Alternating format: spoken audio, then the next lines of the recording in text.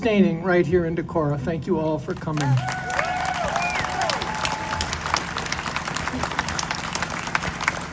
Like many or most of you, I came to the United States descending from immigrants. Mine came 11 generations ago as a conscript in the British Army. Thomas McCargar was captured at the Battle of Saratoga, imprisoned by the British. And when he got out, he switched sides and fought for the American Revolution. He didn't want to have a king. He'd lived under a king.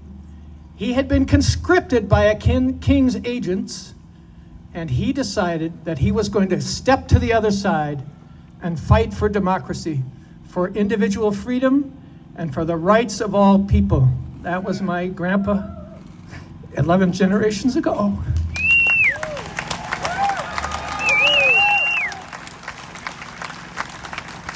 So whenever I say, what do we want today, please, in one voice, and speaking for the people of Minnesota who don't feel safe going to rallies today, raise your voices and say, no kings. I'll say, what do we want? You say no kings. All right. Well, what do we want? No kings. Yes, that's true. But we also want so much more than that. Take the two common words, scoff and law, and put them together into one, scofflaw. Look it up in the dictionary. Mine says a contemptuous lawbreaker. Does that remind you of somebody? We are now confronted by scofflaws and liars in high places, and we are here to do something about it. What do we want? Of course, but we also want people who can tell the truth when they serve us in positions of public trust.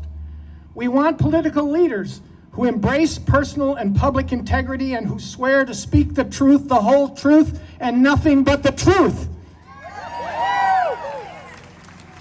We want elected officials who can admit to and accept defeat when they have obviously lost, and who can own up to making mistakes.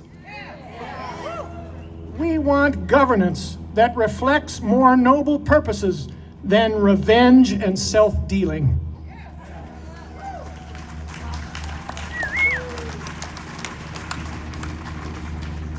Let's face it, little lies and grotesque lies like the repeated stolen election claim about 2020 have power, but they do not become truths because of their constant repetition. Repetition by agents of malice enabled with obscene amounts of money and media megaphones that they look to. We call for an end to the corrosive and hateful lying of the current president and his lapdogs in Congress. Harken back to his obvious lie about the sending of his own investigators to Hawaii, ostensibly to determine whether Barack Obama's birth certificate was real or fake. We all knew it was a racist lie with a purpose: to undermine any claim of legitimacy for our first biracial president. Do not forget that catapulted him into the public eye. What do we want? No kings. We'll keep saying it, but we also want a fair, nonpartisan justice system, including a Supreme Court with term limits and an enforceable ethics code. Why can't they be enforced when all the other federal judges have to live up to a code of ethics? We want a Department of Justice that pursues corrupt officials with a fair, functioning, and fully staffed public integrity section. What did Donald Trump and his lapdog Attorney General do to the public integrity section? They fired all the attorneys. So there's nobody there to prosecute public integrity violations and the corruption of a political movement. We want legislative and constitutional constraints on the president's authority to use the pardon power for self-serving purposes and to free violent criminals with nary a thought for the consequences. We want an enforceable set of election laws which enshrine the principle that winners of presidential elections must have a plurality or a majority of the actual votes cast in a national election, not a so-called electoral college, which is vulnerable to cheating by disgruntled losers and represents the vestigial tale of a slave owner's system to undermine the power of the majority of people in this country. What do we want? Tell the country and tell the world.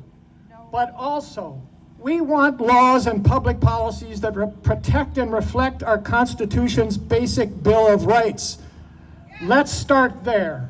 We call for legislation and executive action built on a foundation of compassion and caring for other people, for the least fortunate among us, not cruelty, greed, and corruption driven by a wannabe dictator. What do we want? No kings! No kings, that message will endure. It also means we want governmental action to feed hungry people here and abroad using our surplus food, not consigning human beings to starvation and death because of the calculated indifference of a president and his billionaire advisor. We want a government and its commitment to expand access to subsidized life-saving health care, not dropping tens of millions of American citizens from Medicaid and Medicare. We want health care guaranteed for everyone.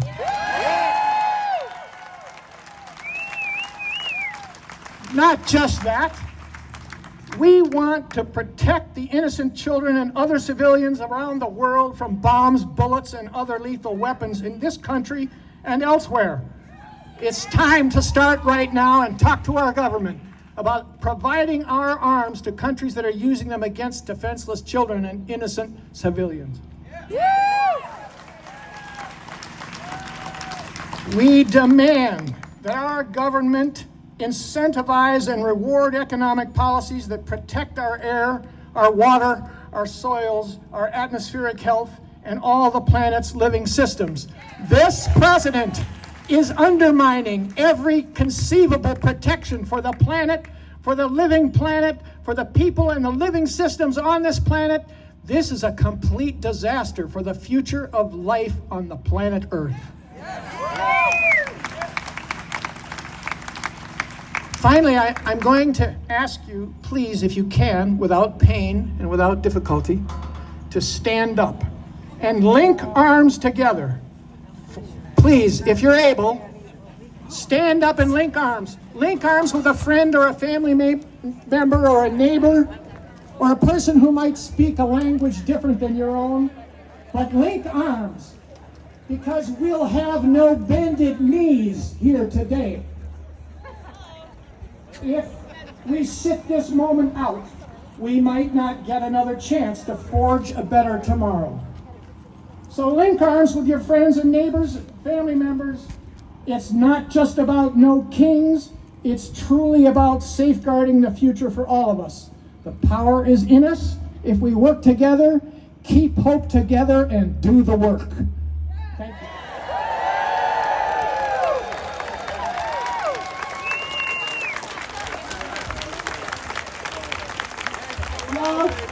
Y'all, amazing. Stay here with me. I thought of the fifth thing. Some of you out there have something inside of you, a seed of something that says, maybe I could run for office. Maybe I could lead. Yeah. And if you do, you've got all the support you need from all of us with the silver hair. We're in. Yeah, run for office. Talk to somebody. There'll be a yes. Okay, and now, please stay standing. We've got a song for you. Here it comes. My turn.